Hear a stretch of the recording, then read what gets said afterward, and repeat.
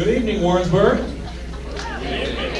Oh, we can do better than that. Good evening, Warrensburg. Hey, there we go. I like it. I like a live crowd. There we go. Good evening, ladies and gentlemen, and welcome to the Candidate Forum, proudly hosted by your Warrensburg Chamber of Commerce. I'm Tyler Habiger, a proud resident of Warrensburg, member of the Chamber of Commerce Board of Directors, and chair of the Government Relations Committee. Before we begin this evening, I want us all to take a moment and reflect on what it means to be here tonight. It is no secret that elections are a time of passion, when our friends and neighbors put their name forward to be considered to represent us in the halls of government. That is no easy task, and I know that I speak for all of us when I say thank you to each candidate and elected officials that are here this evening. Thank you for your service to our community. Missouri's own Harry Truman once said, yes, let's give him a hand. Missouri's own Harry Truman once said that it's not the hand that signs the laws that holds the destiny of America. It's the hand that casts the ballot. We're here tonight to listen and to make an informed decision come Election Day. We are so grateful you are here tonight, and we are also grateful to the Matthews Crawford Post 131 American Legion for hosting us tonight. Thank you, American Legion. And we're also grateful to Suzanne and the Warrensburg Chamber of Commerce staff and the Government Relations Committee. Thank you all for your work to make this all happen. As I said before, also one more thing I do want to add is that you might be smelling some delicious food coming out of the kitchen. At 4:30 tomorrow, the American Legion will be having their meal. I'm not quite sure what they're serving, but I'm sure Rosie will tell you. Come out here at 4:30 tomorrow and have some awesome food. So, as I said before, this is an impassioned process. But please keep that passion to yourself this evening and refrain from any outbursts or noise as we proceed. I also invite all of you to stay afterwards for a social time with all party candidates and enjoy some free ice cream. Yes, I said free. Yes, I said ice cream. And yes, I said free. So make sure you stay, mingle with all the candidates, and have some ice cream. Yes, I said free. Now, I will turn things over now to a pillar of our community, Mr. Marion Woods, who will be our moderator this evening. Woody, the floor is yours.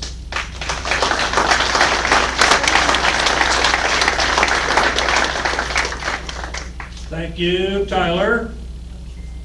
The Governmental Relations Committee hosts this forum in preparation for the August 6th primary election. The purpose of the primary election, of course, is to select one nominee for each office from each established party to move on to the November general election. And by the way, there are no write-in lines for the elected offices since those seats aren't elected in August, but nominated to represent their party in November. Chamber members and the public were invited to submit questions. The Governmental Relations Committee then finalized them. All the candidates here tonight were given the questions in advance, so they can do a little homework, I guess. Each candidate will be given 2 minutes to introduce themselves.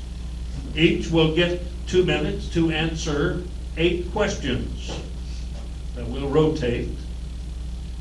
As the moderator, I do have the discretion to ask more questions if time allows, or provide a 1-minute rebuttal. And I will determine the order in which the candidates will answer and randomly select the questions, and that determination has already been made, by the way, before I even got here. The volunteer timekeepers will hold up a paddle indicating how much time remains, and please respect the time. They're over here at the table. At our candidate forum, we do expect all guests to maintain a respectful and non-disruptive demeanor.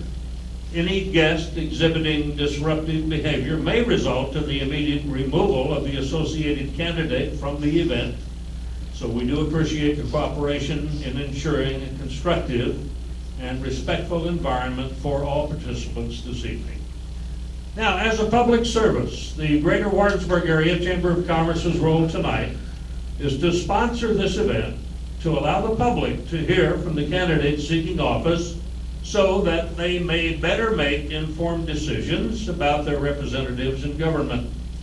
The Warrensburg Chamber of Commerce is a nonpartisan organization, and in that nonpartisan spirit has, to the best of its ability, strived to put fairness above all else by including and obtaining consensus between the county committee chairpersons in every aspect of the planning of the event, and by including any candidates seeking office regardless of party affiliation in tonight's candidate forum.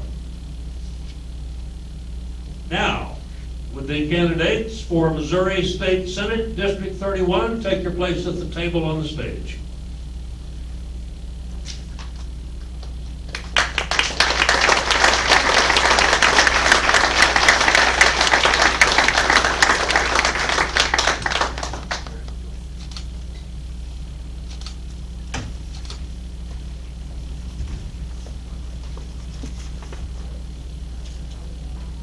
Y'all ready? We're ready.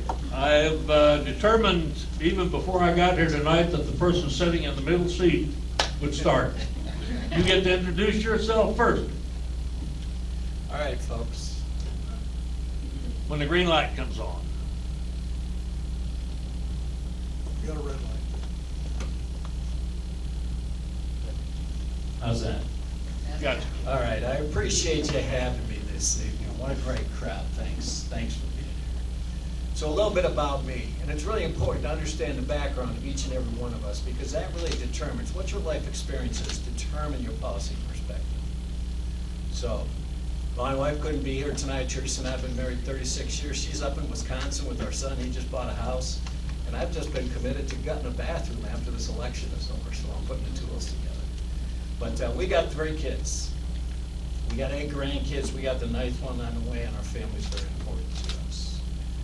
In addition to that, I'm also a Christmas tree farmer. Been doing that for about 22 years.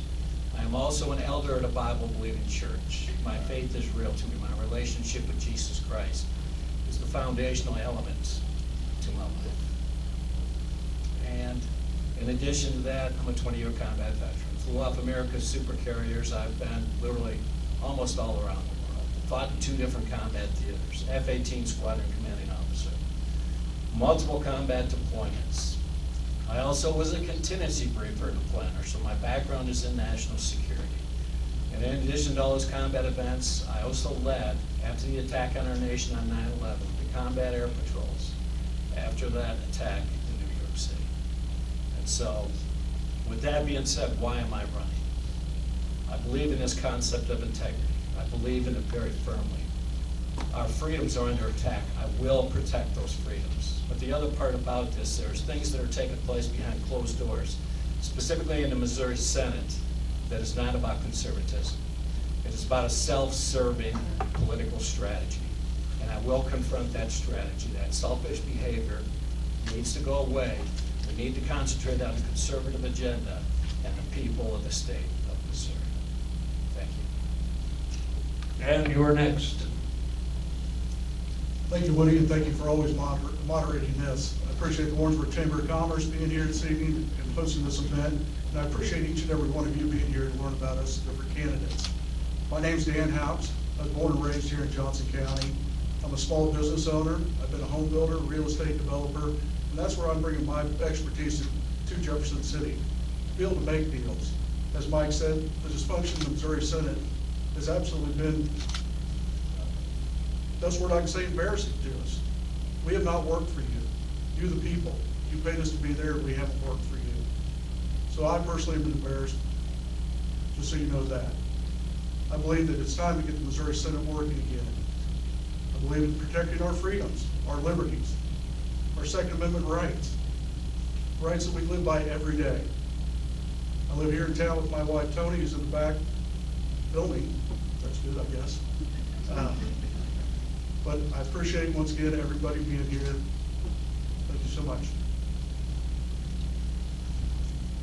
All right, Rick? Well, good evening. Thank you very much for having us this evening. I'm Senator Rick Brad. I'm the current state senator of Johnson County, Cass, and Bates. I'm a husband to my lovely wife, Athena, who's in the crowd. We have 5 children, 22 all the way down to 10. We didn't bring them today because they needed a break off from campaign, folks. They're out knocking doors and doing everything it takes to get elected. I'm a United States Marine as well. I went in right after 9/11, sworn oath to protect and defend this Constitution that honestly is really under attack. I got involved in politics. I'm still a construction business owner, and I was sick and tired of seeing the direction this nation was going. I was sick and tired of people who would get elected, tell you one thing, and then when they got elected, they would do the other. And that's never been my MO. My MO is to do what's right, no matter the cost, no matter how many people get upset with standing for what is right. My faith is the intricate part of who I am. I'm a Christian, I'm not ashamed about it, and I will stand for the rights, freedoms, and liberties that God has given us. I mean, it's no mistake or no qualms about where we're at in this nation. It's not a time for going along and getting along. I mean, we literally just had our former president almost assassinated by the hate and vitriol and the potential direction that some people want to take our nation. And America truly, and our values are under attack, and we need people who are willing to press in on those things. And that's exactly what I've done. That's why I stand up for the First Amendment, the Second Amendment, cutting your taxes, doing everything that I've said that I would do. That is what I do. And if that's what you want in a senator, then that's what you already have in a senator. And I still ask for your vote and continued support. Thank you. All right, gentlemen, thank you very much. And I have drawn out of the basket the number 2. That will be the first question. And Dan, you will get the first question I ask here. And it is, what specific reforms do you advocate for to address issues such as mass incarceration, sentencing disparities, and rehabilitation programs? First and foremost, I support law enforcement. I always have. I've always backed the blue. So I'm going to start out with that. I also believe you do the crime, you do the time. People who do these things, they need to do the time. But I also believe we need to focus on rehabilitation of people once they get out and or before they get out. Just like our Johnson County Drug Court here has done great things to clear people's record, to get them back in the workforce and working again. So that's what I believe in. People who do, once again, play stupid games, win stupid prizes. You get to go to jail if you do the stupid things. People should just, as I say, fall in line.